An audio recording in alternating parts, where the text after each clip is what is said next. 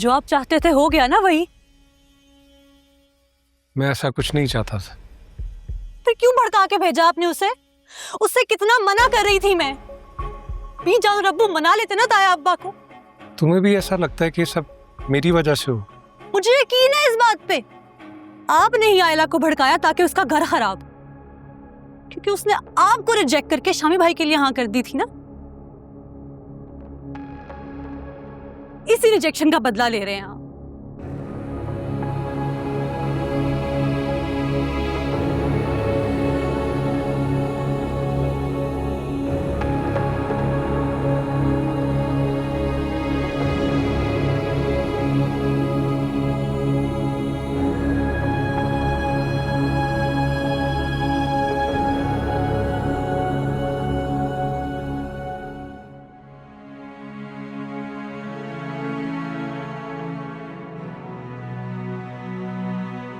तुमने जब जब मेरी बात नहीं मानी ना, बहुत नुकसान उठाया। खुद ही तो कहा था जोया कि चुप क्यों। बोली हूं तो सबको मसला हो रहा है। अच्छा, यही तुम्हारा मसला है। जब तुमने बोलना था उस वक्त तुम चुप रही, और अब जब चुप रहना था तुम बोल उठी। कि मुझे कोई पछतावा नहीं।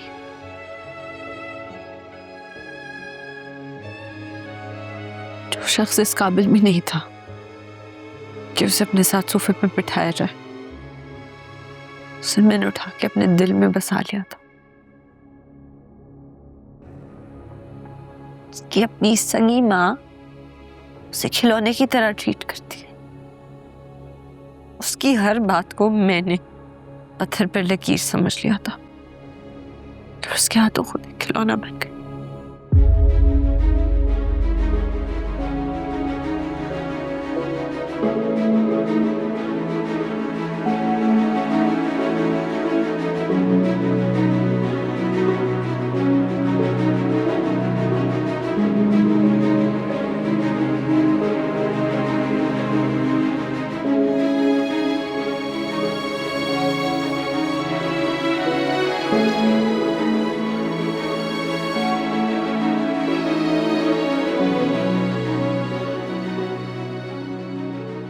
जाओ बेटा, अपनी अम्मी के साथ जाओ।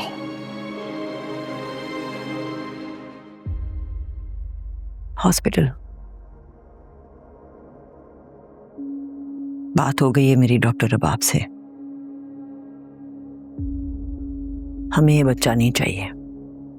लेकिन मुझे चाहिए ये बच्चा। ये बच्चा मेरे किरदार की गवाही देगा और बताएगा आप सबको कि मैंने झूठ नहीं बोला। इसका बाप एहतशाम है जो कि घटिया इंसान है। मैं ऐसा कुछ नहीं करूंगी।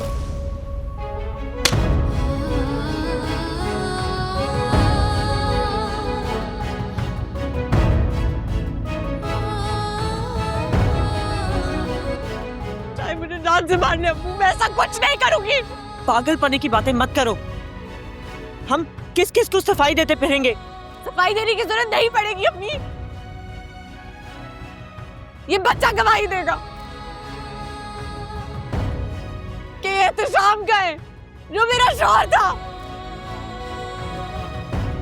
था मेरे बच्चे, शौहर था, तलाक हो चुकी है। अपना नहीं तो कम से कम छोटी बहन का सोच लो। खुद तो तलाक का ठप्पा लगवा कर बैठ गई हो। कर लेगा कोई अम्मी, सब ताई अम्मा जैसे नहीं होते। तुम्हारी इसी जबान दराजी की वजह से ना तुम्हारा घर तबाह हुआ है।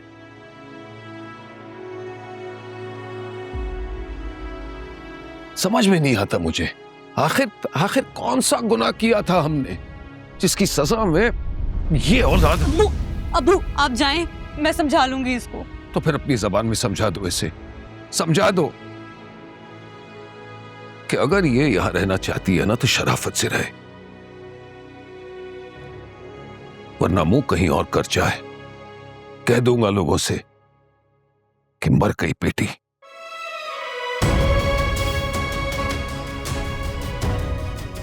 साकिब आप प्लीज अपना ख्याल रखें साकिब। चलिए।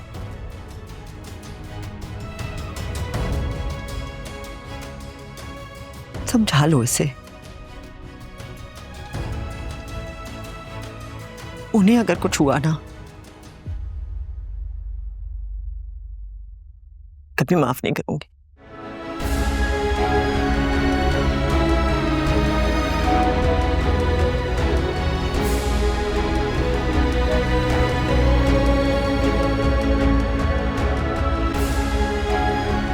आज तो जैसे कलेजे में ठंडक पड़ गई सरवरी। बेगम साहिबा, आपने उस टिड्डी को देखा था? कैसे उछल उछल कर ना शामी मियाँ पे हमले कर रही थी।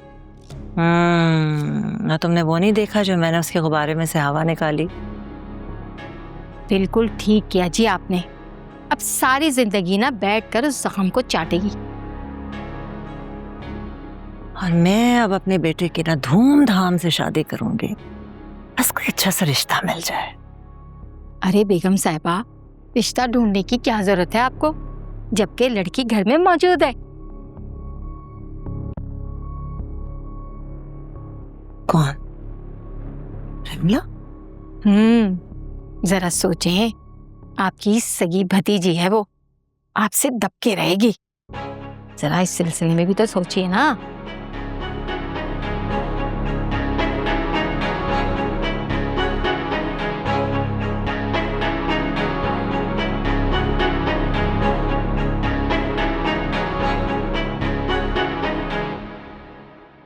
बड़ा दिमाग चलता है तुम्हारा इन मामलों में सरवरी।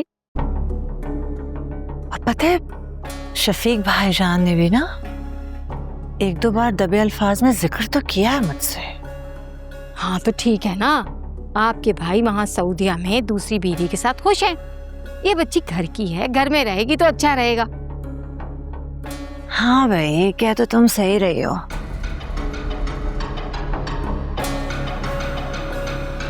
तुम यहाँ मसाज पार्लर खोल के बैठी हुई हो और वहां बीजान ऑन के कमरे में शदीद मूड खराब किए दरवाजा लॉक करके बैठी हुई है।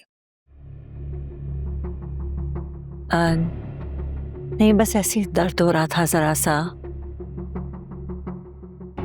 अब बीजान, उनको बस रहने दें, अपने हाल पे छोड़ दें उन्हें। तुम्हारा तो क्या दिमाग खराब। बीजान ने अगर जज्बात में आके अपनी सारी जायदाद साकिब को दे दी ना, तो हमें क्या मिलेगा? और तुम जानती हो कि उनकी कितनी जायदाद है। नहीं, अच्छा अब चलें, मैं कल सुबह में बात कर लूंगी ना उनसे, आप परेशान नहीं हो। अभी तो वो आतिश फिशा बनी बैठी होंगी।